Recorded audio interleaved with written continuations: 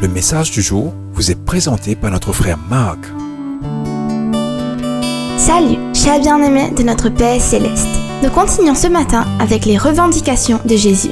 Aujourd'hui, bien-aimés, nous écouterons la voix de Jésus lorsqu'il dit « Je suis la lumière du monde. Celui qui me suit ne marchera pas dans les ténèbres, mais il aura la lumière de la vie. » Dans Jean 8, verset 12. Plantons le décor comme d'habitude.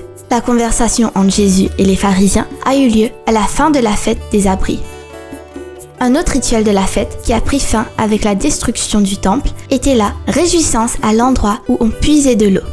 Le Talmud, qui est une collection d'anciennes écritures sur la loi et les traditions juives, décrit la cérémonie qui a commencé par l'allumage des grandes lampes d'or spéciales qui avaient une grande capacité d'huile. Leur lumière était si brillante qu'ils illuminent toute la Jérusalem. Par conséquent, ce serait encore flagrant dans la mémoire de ses auditeurs lorsque Jésus prétend être la lumière du monde. C'est celui qui transforme la nuit en jour et qui éclaire le chemin pour que ceux qui y marchent puissent trouver leur route. Bien-aimé, Jésus prétend être celui qui mènera les gens hors des ténèbres de la vie. Il implique que cette obscurité est le résultat de ne pas connaître Dieu et sa volonté. Dans Jean 8, 19. Jésus, la lumière, montre à la fois les ténèbres de nos vies et offre une voie de sortie hors des ténèbres si nous le suivons. Bien-aimés, nous avons tous besoin de la lumière de Jésus pour éclairer nos vies d'une manière ou d'une autre. La question est, quelle sorte de lumière est Jésus pour vous ? La Bible mentionne la lumière dans de nombreux endroits. Je vais vous donner quelques passages de la Bible qui mentionnent la lumière et quelques équivalents modernes auxquels vous pouvez faire la connexion.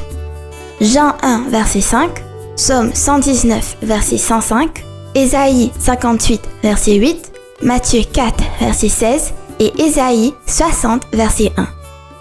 Les équivalents modernes sont les street lights, lampes de rue, le soleil, les lumières d'une maison, les projecteurs et les lampes de nuit. Essayez de faire la liaison. Faites-le comme un devoir. Cela vous sera bénéfique. Je vous en prie, prenez un moment pour penser à votre propre vie.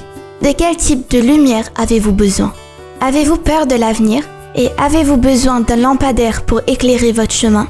Ou avez-vous besoin de mettre en lumière votre vie ? Et cette question pour clôturer, comment êtes-vous la lumière de Dieu dans le monde ?